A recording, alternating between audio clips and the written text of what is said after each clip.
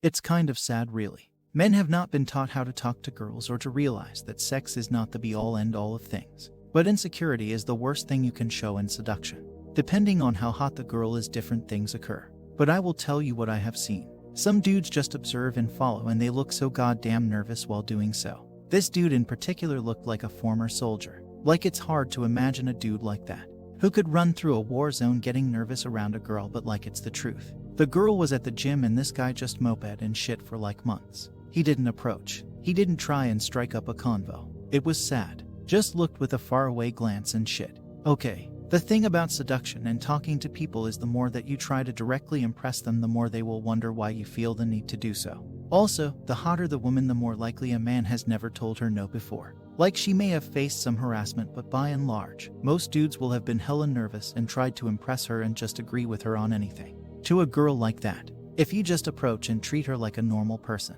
don't tolerate the stupid insults she throws at you. Tell her not to do it again, or to shut up, or just tease the fuck out of her. Like, don't invade her boundaries or her personal space, but like, don't tolerate any disrespect. She will call you an asshole. Other white knights and desperate dudes who want to score brownie points will also call you an asshole. Ignore it. The girl will be mad for a little bit, then she will swing around later and most likely apologize and respect you hella more because you did not succumb to her beauty and the power of her pussy and treated her like a normal person. This goes with any girl who insults you, really. Just tell her not to do it again and ignore them calling you an asshole, a jerk, or whatever they try to shame you with. If you infringe on her physical boundaries, you're being a real asshole, but if you're just sticking up for yourself with words, you are not.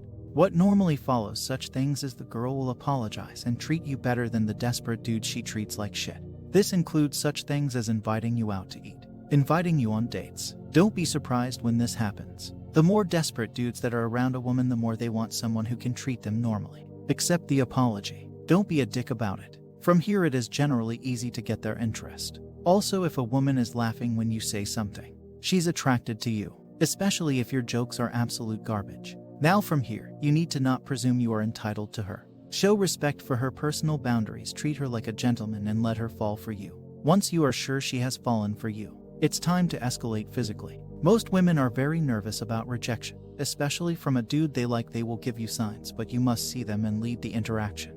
Also, sex is a normal thing people like to do. It's not that special. If she says no, stop.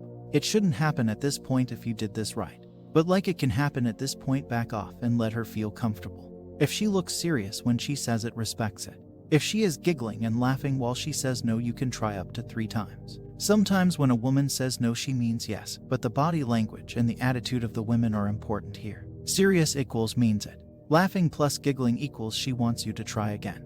You can't force someone to like you as such. Even if she is giggling and laughing, you try 3 times and then move on. Look up body language and study that shit. Also on here on Quora are examples of what women do when they are attracted to someone. Look it up. Also, accept the fact that desperate dudes and white knights who have no idea how to talk to women will call you an asshole and a douchebag. To them, you will be that asshole who stole the woman they fell in love with. The cold hard truth is that dating apps are not made to make people meet. They are made to pocket money from the desperate men, and they are plenty by forcing them to buy premium passes in order to raise their chances. That's all. They just want to suck out the more money possible, and they don't care about the damage they are doing. A real dating app would probably be way different. For instance, be sure that the ratio of men to women is the same, or the possibility for women to throw out the dick pics of dudes. I'm amazed at how many videos there are complaining about how women date now and how no one gets upset at the people making the apps for causing it. From the way people talk, everything was pretty good before dating apps. So I wonder what and who really caused the problem. There aren't as many single women as there are single men in the young age group. There are more men than women up until 40 years old. Now let's assume 80% of them are in a relationship and thus not in the dating pool. So at say age 30 there are 23 single men to 20 single women. Doesn't sound like a lot, but it actually has a huge impact percentage-wise, as that's more than 10% just literally won't have a partner available. And they are also the group more likely to attempt dating apps and anything else as they get desperate. Women are approached regularly both in apps and in person, unwanted or otherwise. The more attractive, the more often. Women online are targeted and attacked regularly in most spaces, not even limited to dating sites. DMs are flooded with dudes seeking their attention or sending dick pics. They are likely to be much more selective with whom they swipe on and more so with whom they message. Yes, they will still get many more matches than men.